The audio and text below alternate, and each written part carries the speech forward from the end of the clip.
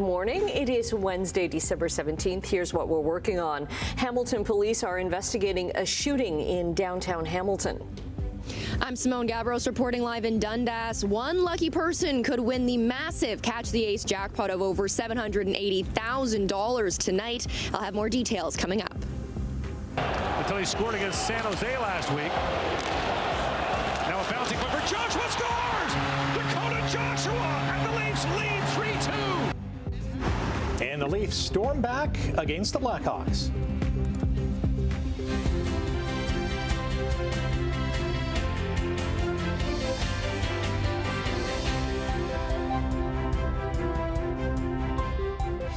Thanks so much for joining us. We have quite a treat this morning because when you walk outside, the air isn't going to hurt you. That's right. But you're going to be hit in the face by that wind that we have. But yes. It is. Glad today wasn't garbage day for us. It is for me. Oh, is it? Oh, of course it is. I probably will find your blue box somewhere along my neighborhood. Yeah, somewhere around the road are all everybody else's garbage. You probably end up on your place. We're looking at really windy, but it's mild this morning. The temperature has really gone up. I mean, yesterday afternoon we got to about -3, and then the temperatures slowly climbed throughout the overnight, and we're sitting at +3 right now. But oh, what a wind. Wind is already gusting to almost 60 kilometers an hour.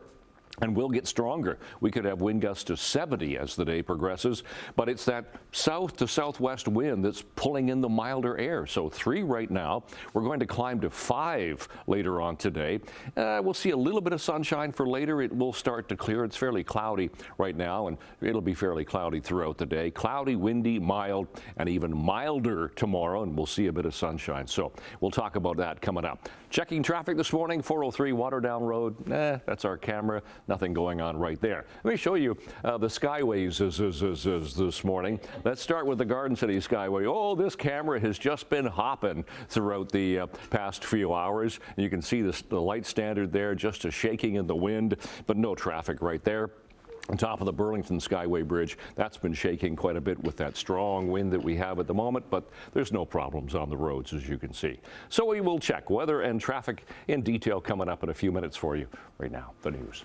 Okay, thanks very much. Well, police are investigating a shooting in downtown Hamilton that happened late last night. So it happened near Main and Caroline just after 10 o'clock. People called police saying that they heard 4 or 5 gunshots, and police do confirm that they found shell casings, but they didn't find anyone who'd been injured and no damage was found. Police are looking for 2 vehicles from the shooting, an SUV and a car. A Georgetown man will be sentenced in February after pleading guilty in a drunk driving crash that killed 3 children. Happened in May near a Highway 401 exit in Etobicoke. 19-year-old Ethan LeHoulier pleaded guilty this week to 3 counts of impaired driving causing death and 3 causing bodily harm. Court heard his van went over a median and hit a minivan with 4 children, their mother, and a family friend inside. 15-year-old Ramon Lavina, 13-year-old Jace Lavina, and their 6-year-old sister Maya Lavina were all killed. The son of Rob and Michelle Reiner could face the death penalty after the murder of his parents. The charges against 32-year-old Nick Reiner were announced 2 days after the filmmaker and producer were found dead in their Los Angeles home. Nick Reiner is expected to make his first court appearance today on 2 counts of first-degree murder. Prosecutors have added special circumstances of multiple murders, and because a dangerous weapon, a knife, was used. That could mean a longer sentence. The LA County District Attorney hasn't decided whether to seek the death penalty because of those special circumstances. Charges have now been laid in Australia's Bondi Beach attack. They come as new video has surfaced showing more acts of heroism from that day. Dashcam video shows a couple tackling one of the shooters before the attack began. The man and woman, both in their 60s, were among those killed. 24-year-old Naveed Akram now faces 59 charges, including 15 of murder. Officials had to wait until he emerged from a coma before the charges could be laid. Akram's co-accused, his 50-year-old father, was shot and killed by police. Funerals for the victims, all of them Jewish, have begun as a large memorial site grows on the beach that had been where a Hanukkah celebration was taking place on Sunday. The Trump administration now plans to expand U.S. travel restrictions to include 20 more countries. That will double the number of nations already impacted by limits on travel and immigration. The move is apparently driven by U.S. national security concerns. Trump points in part to the recent arrest of an Afghan national. Critics argue the policy unfairly targets a wide range of countries. The restrictions will still allow entry for lawful permanent residents, existing visa holders, and certain visa categories. It's not yet clear, though, when the expanded restrictions will take effect or which countries will face full bans versus partial bans. President Donald Trump has announced he will deliver a live address from the White House tonight. Trump shared the news yesterday on his Truth Social platform. White House Press Secretary Caroline Leavitt told Fox News the president plans to highlight what she called his accomplishments so far. She also said Trump may preview potential policy actions expected in the new year. The address is scheduled to air at 9 p.m. Eastern. The OPP and Canadian border officials are about to detail a lengthy investigation into a major auto theft operation. They're set to hold a news conference in Mississauga this morning. They say the case involves a criminal organization that moved stolen vehicles from Canada to overseas destinations. We'll have the details at CHCH.com and tonight on the Evening News. Hey, ready to be over $750,000 richer? The Catch the Ace jackpot continues to grow at the Dundas Legion, and one lucky winner could take home the cash tonight. That's if they find the ace of spades. And that's a big if that's been going along for a lot of weeks now. Simone Gavras joins us at the Legion with more. Yeah, Annette, it's week 32. Now, right now, the jackpot, again, it's going to continue to grow, but it's sitting at around $785,000. That's that progressive collective jackpot, but that breaks down to around $739,000 for the jackpot itself, and then over $45,000 for that weekly take-home cash prize. Now, we are going to be watching that jackpot continue to grow today as people continue to buy their tickets online. But the big question is going to be, what are people going to be spending this money on if the lucky person is able to catch the ace? Now, that was the question for the winner last week. Caitlin van Brinbroek, she was the winner. She didn't catch the ace, but still won the whopping weekly cash prize of $63,000, all generated from 20% of the total ticket sales. Half of the weekly ticket sales go to charity, and since the Catch the Ace started in 2023, over $1.3 million have been donated to local organizations. Now, you know the drill. You buy your tickets online or in person, and then pick which numbered envelope you think the ace of spades is in. If your name is drawn tonight and the ace of spades is in that envelope, you take home the massive jackpot, but if not, you still get the weekly cash prize. Now, take a look at the board. The ace of spades is still hiding in one of these 21 envelopes, and it's been sitting there untouched for the last 7 months. Tickets are available online at DundasCatchTheAce.com, or you can come into the Legion and get them in person. Now, you have until 7:45 p.m. sharp tonight to buy those tickets, and then the draw is going to be happening at 8 o'clock. Later this morning, we're going to be talking to Sherry Johnston with the St. Joseph's Philip Foundation for more about all the excitement later tonight. For now, something's back over to you, Annette. Okay, she was really excited about it last week. Thanks very much. Well, the Canadian Wildlife Federation says a plant that had been deemed locally extinct has actually been spotted in the Brantford area. The Illinois tick trefoil had not been reported in Canada since the late 1970s until a photo uploaded to a biodiversity app sparked debate and eventually a consensus among experts. 30 other sightings in the Brantford area have led to a reassessment of the tall perennial herb. The Wildlife Federation says the flowering plant is still endangered, though, because of the limited amount of native prairie habitat that's left in Ontario. All right, Sportsline. After a bad showing in Edmonton last Saturday, Maple Leafs head coach Craig Berube said he wanted more out of his team's leaders. Toronto hosted the Blackhawks last night, and so fans were wondering if the leaders got the message. Before puck drop, the Leafs honored legendary radio voice Joe Bowen. The 74-year-old is retiring after this season, his 44th in the broadcast booth. Now, Toronto did not look inspired, though, as Chicago opened the scoring when Wyatt Kaiser beat goalie Joseph Wall with a wrister that found its way through traffic. Jason Dickinson doubled the visitors' lead with a nifty 2-on-1 shorthanded goal. and it's 2-0 Chicago. And it wasn't until the third period, until the Leafs got on the board. Oliver Ekman-Larsson scored midway through the third period, and Austin Matthews tied the game on the power play with 3:09 to play when he went top shelf on goalie Spencer Knight, just 8 seconds after that. Matthews' third power play goal of the year. That gives him the team lead. He had one until he scored against San Jose last week. Now a bouncing point for Joshua, scores! Dakota Joshua, and the Leafs lead 3-2. Dakota Joshua buried the winning goal with 3:01 to play as the Maple Leafs on Holy Mackinac night rallied past the Blackhawks 3-2. Wall made 23 saves as Toronto earned just their second victory this season when trailing after 2 periods. King Leon has joined the National Hockey League's 1K club. Draisaitl to Bouchard, back to Draisaitl, cross McDavid, feathered in front, score! Zach Hyman, and that's point number 1,000 for Leon Draisaitl. Leon Draisaitl had 4 assists to reach 1,000 points in his career as the Oilers beat the Penguins 6-4. He's the first German-born player to reach the milestone.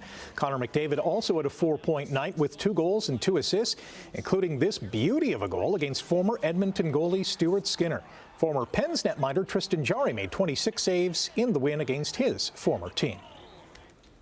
Richmond, BC's Katie Chan scored her first PWHL goal to lead the Vancouver Golden Eyes to a 2-1 win over the Ottawa Charge. After being outscored 13-6 over their first 3 games, Vancouver has posted back-to-back wins, while the Charge have lost 3 in a row. Knicks and Spurs met in the NBA Cup final in Las Vegas last night, and it was a great game. Spurs led for much of the game, but the Knicks battled back. OG Anunoby scored 28 points. Jalen Brunson added 25 and was named tournament MVP as New York rallied to beat San Antonio 124-113. New York's Karl Anthony Towns contributed 16 points and 11 boards as the Knicks dominated inside out, rebounding the Spurs 59-42. The Knicks can now hang the NBA Cup banner next to their 1973 championship banner in Madison Square Garden. The victory also means each Knicks player earns an extra $438,000 Canadian. The expansion Toronto Tempo have revealed their uniforms for their inaugural WNBA season. Based on classic basketball uniforms, the home jersey is white and the away jersey is Tempo Bordeaux, which is a red shade with purple undertones. The Tempo tip-off Season 1 in May at the Coca-Cola Coliseum. Brantford Bulldogs have dropped from first to number 2 in this week's Canadian Hockey League Top 10 rankings. That ends the Dogs' run of 10 straight weeks in the top spot. The WHL's Everett Silvertips are the nation's new number 1 team. Brantford visits Kingston, Ottawa, and Owen Sound this Friday, Saturday, and Sunday. Hey, good morning. Just about 6:13. It's Wednesday. It's the 17th of December, and it is windy and mild, and that's the way the day is going to be today. So let's check some of our cameras. Whoa, look at the bounce on that camera. That's our exclusive camera at the 403 and Waterdown Road. There's no problems with traffic. Busier, obviously, coming out of Hamilton to some MTO traffic cameras, and it's really windy here. Garden City Skyway, the light standard there is just shaking. We'll flip ahead to Nikola Tesla Boulevard. Really not a lot to see on the cameras this morning. North of 2 coming off the Skyway is doing fine. Royal Windsor through Oakville, Mississauga at Cooksville Creek, all doing fine. But be careful with that bit of melting that we're getting right now because, yeah, we are on the plus side here this morning. It could be a little bit greasy, a little bit slippery in some areas on the roads. So let's check what we have right now as we look at the temperature this morning. The temperature, as I said, yeah, on the plus side, +3 right now. The winds, though, they're southwest 36 to 54, so they've backed off a little bit, but still, it's going to be a windy day today. It is mostly cloudy at the moment, and for school today, we should see a bit of clearing later on this afternoon, and look at that mild high of 5, and that wind could be about 70 kilometers an hour later on today. So you can tell by the size of those red arrows how windy it's going to be today. The wind will back off later on tonight and become a bit stronger again tomorrow. Tomorrow we are looking at mild, really mild temperatures tomorrow, way above seasonal. I mean, we have been below seasonal for so long. Today we're going to be a bit above seasonal. I mean, Niagara 7, but the rest of us 5, 6, a little cooler away from the lake, 2 and 3 degrees, but some sunshine a little later on this afternoon. Tonight will be mostly cloudy, but staying mild. 0 for the Niagara Peninsula, Hamilton in the minus column as you head around the rest of the horseshoe. So a little chillier there. But then tomorrow, 10 for Niagara, 8 for Hamilton, 9 for Halton Peel into Toronto, 9 to 8 degrees. But it will be a bit of sunshine tomorrow, a mix of sun and clouds. It'll be fairly windy again, but yeah, mild temperatures are really going to push in. So as you step out the door this morning, 17th morning of December, it is mostly cloudy, windy, and +3. And the long range coming up. Annette, Rick. Okay, thanks very much. Emily Vukovic is going to be very happy about that. We'll talk to her about that, I'm sure, and what's to come in Chit Chat. And in business news, the Bank of Canada governor talks about interest rates and the future of money. Welcome back. Look who's all smiles because of the forecast. 7 degrees. I can get behind that tomorrow. Fingers crossed, of course. Yes, that southwesterly wind certainly helping me out this morning. Okay, coming up in Chit Chat, Stuart Little fans are left stunned after a recent discovery. This is a bit mind-blowing. Yeah. Because I didn't know this. And weird. Yeah. So weird. But I love how people are talking about it. It's just bonkers. Okay, and Howard Stern isn't going anywhere as he's penned a new deal with Sirius XM. And later on this morning, Ontario has released its top baby names from last year. We will discuss. Okay. Just a teaser, Emily, Rick, and Annette and Brian are not on the list. Not on the list. Nowhere on that list. Again. Yeah. Okay, thanks very much, Emily. In overseas trading this morning, the Canadian dollar is down a basis point to 72.6 cents U.S. Gold's up $16 an ounce. Oil also up $1.16 to $56.29 a barrel. Midday trading in Europe, markets all ahead at this hour. Looking at the Asian markets today, they are all up, with Hong Kong leading the way at more than 230 points. On Bay and Wall Street yesterday, the TSX dropped more than 200 points. The Dow also fell. The Nasdaq was up. Well, as the Bank of Canada explores new frontiers in digital currency, the central bank's governor says one thing isn't changing for now, and that's the central bank's 2% inflation target. Governor Tim Macklem has reaffirmed the bank's commitment to keeping inflation low and protecting the value of money through that. He says the way people use money, though, is evolving, pointing to the federal government's recent framework for stablecoins, which is a type of cryptocurrency designed to be more stable than Bitcoin. Macklem says the Bank of Canada will regulate these emerging digital currencies so that Canadians can use them safely and confidently alongside cold, hard cash. Ottawa and Ontario are set to sign a deal tomorrow that will reduce the regulatory burden on large projects, including the road to the Ring of Fire. Provincial and federal government sources, who are not allowed to speak publicly, say Ottawa has agreed to eliminate any duplicative work on its impact assessments on large projects. A draft agreement posted on the Impact Assessment Agency of Canada's website says the goal is to work together to implement the one project, one review, and one decision approach. Canada Post says it's ready for the holiday rush. It expects to deliver letters and parcels on time, despite 2 years of labor turmoil. Canada Post says it's processing and delivering new items quickly, and that mail and parcels are moving as expected. Last month, Canada Post and the union for its 55,000 mail carriers agreed in principle to a new set of contracts. Shoppers should check the Canada Post website for delivery service alerts. The federal government has announced new regulations aimed at cutting methane emissions from the oil and gas sector and from landfills.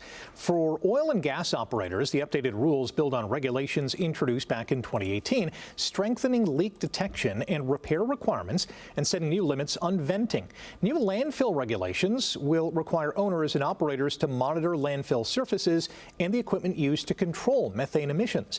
The new rules are set to be phased in between 2028 and 2040. Okay, we're taking a quick break right now. Brian is back with your traffic and your warming 7-day forecast. Good morning already, 6:24 on this Wednesday morning. Checking our MTO traffic cameras. So here's the 405 just west of Stanley. Pretty light volume on the 405, so nothing there. Top of the Burlington Skyway Bridge. It is getting slow already here this morning as you head down toward North Shore Boulevard. The wind is not dancing that pole too much at the moment. QEW at third line moving okay. Sheridan through Mississauga will dip into the 403, 407 split right now, and it's pretty good so far this morning. So no reports of any collisions or just that slowdown across the Skyway. Let's get to the temperatures that we have at the moment. Hamilton sitting at +3. Now I can make that sound a little bit better because the actual temperature is 3.1. So doesn't that sound better? Woohoo! All right. 3 for Grimsby, 3 for Mississauga, 4 for Toronto right now. So here's what we're looking at. Seasonal high is 0. We're going to be above that today and tomorrow. -7 for the overnight low. Those are our sun times and records for today. It's going to be fairly cloudy for the day, but we'll see a little bit of clearing later on. So 3 degrees and cloudy for the first bell this morning. 4, well, we'll hit the high of 5 earlier, and then the temperature will start to dip off a little bit, 4 degrees for after school. So 5 degrees, we'll start to see a little bit of clearing later on, so some sunshine later. Only 0 overnight. So we just barely fall into the freezing mark. But 8 degrees tomorrow. It's going to be a mainly cloudy sky for the day. And then it gets cooler on Friday with some flurries. +1, 0 Saturday, bit of sun, but some flurries. Winter arrives on Sunday. And that's the shortest day of the year, the winter solstice. We have 10 hours and 7 minutes of daylight specifically on Sunday, the shortest day. And Monday and Tuesday, both days cloudy, but staying on the mild side. That's your forecast. Annette, right? Okay, thanks very much. Well, the man known simply as the greatest is being honored with 2 U.S. postage stamps. Stamps featuring boxing legend Muhammad Ali will debut on January 15th. Ali once said he should be on a postage stamp because, quote, that's the only way I'll ever get licked. Ali was a 3-time heavyweight boxing champion who also used his fame to advocate for peace and humanitarian issues. In 2005, he was awarded the Presidential Medal of Freedom, the highest civilian honor in the United States. He died in 2016 of Parkinson's disease, and he was the greatest. Yes. In the ring and outside. What a legacy. Those stamps look great, too. Yeah, I like that, especially the red ones. That's very cool. Yeah, they really stand out. All right, stay with us. More to come after the break here on Morning Live.